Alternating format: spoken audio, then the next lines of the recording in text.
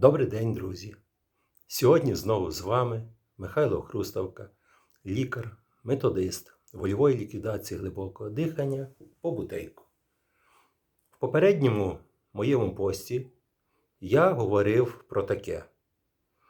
Потрібно затримувати свій кашель. Потрібно заборонити собі кашляти. І от після цього на мене трошечки посипалися такі, як то кажуть, нерозуміння. Люди почали мені писати, як? І що? І я не маю права вже кашляти? Як? Ви ж так, от буквально вчора мужчина мені там пише, як? Такий природній акт, правильний, фізіологічний, нормальний кашель. А ви говорите заборонити цей кашель? І от я зрозумів, що я вже це і знав, що всі ми дуже різні. Ми є різні люди. І для того, щоб все-таки зробити якусь таку поправку, я сьогодні вийшов знову в ефір. І я хочу нагадати ще і ще раз. Я не кажу такого, що потрібно заборонити кашель на якомусь там рівні, медичному там чи державному. Я кажу, забороніть собі лишній раз кашляти. Запам'ятайте, що це є нездорово, що це є зло. Тобто, ви можете кашляти, але не багато, не накашлюватися, не нариватися на кашель. Запам'ятайте, що кашель – це є таке саме зло, як от сверблячка. Знаєте, от вас десь щось чухає, і ви дерете доки не побачите, що вже далі біда. Тобто, скільки чухаєш, скільки хочеться. От те саме є з кашлем. Ви чим більше хочете кашляти, тим і більше будете кашляти. Розумієте? Тобто, не заборонити цей кашель, а просто від нього відмовитися. Коли ви кашляєте багато, постарайтеся робити це мало. Знову ж таки, жіночка вчора до мене дзвонить і каже, Михайло Дмитрович, а я вже цілий тиждень кашляю.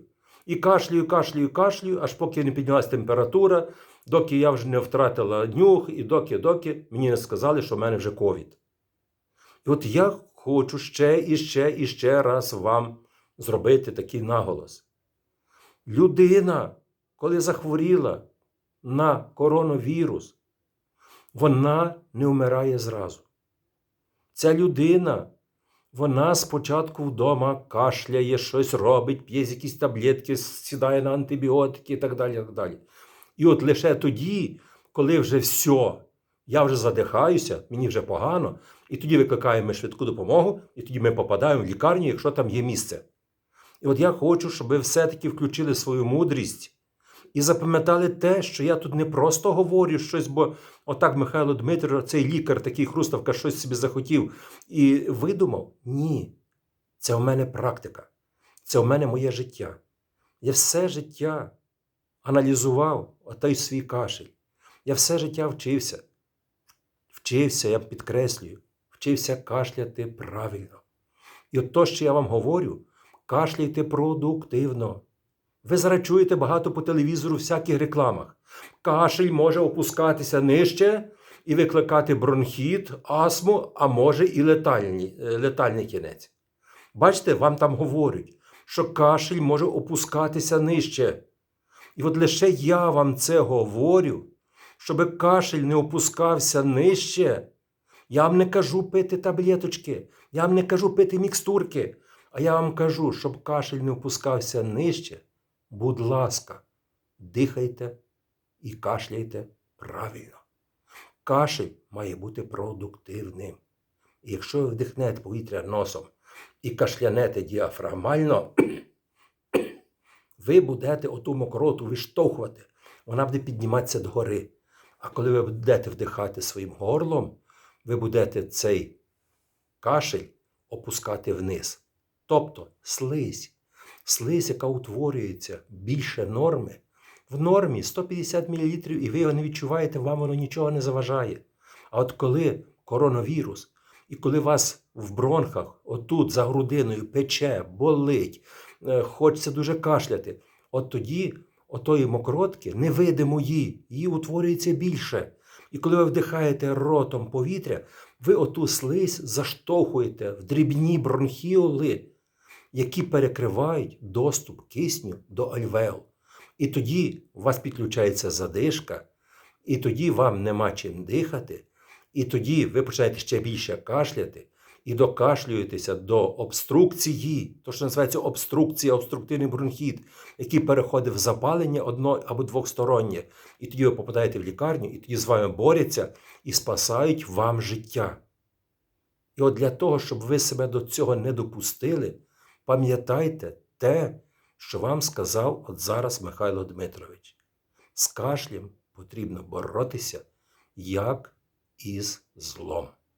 І от якщо ви будете на це звертати увагу, ви будете значно менше задихатися. І практично ота мудра людина, яка буде знати, що вона захворіла на коронавірусну інфекцію, але вона цієї інфекції не боїться, а вона буде з нею старатися жити, працювати, боротися, і ви тоді не попадете в стаціонар і кінець кінців збережете своє життя. І перше, що вам шкодить, це я вже знаю, знаєте, так, серйозно. Перше, вам шкодить паніка і страх. Тому що ви наслухалися зараз, що це погано, це страшно, люди вмирають багато.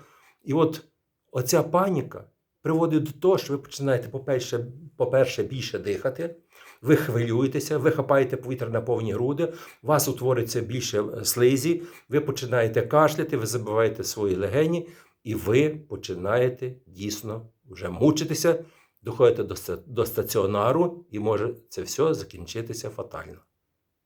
І от я вам бажаю тільки здоров'я.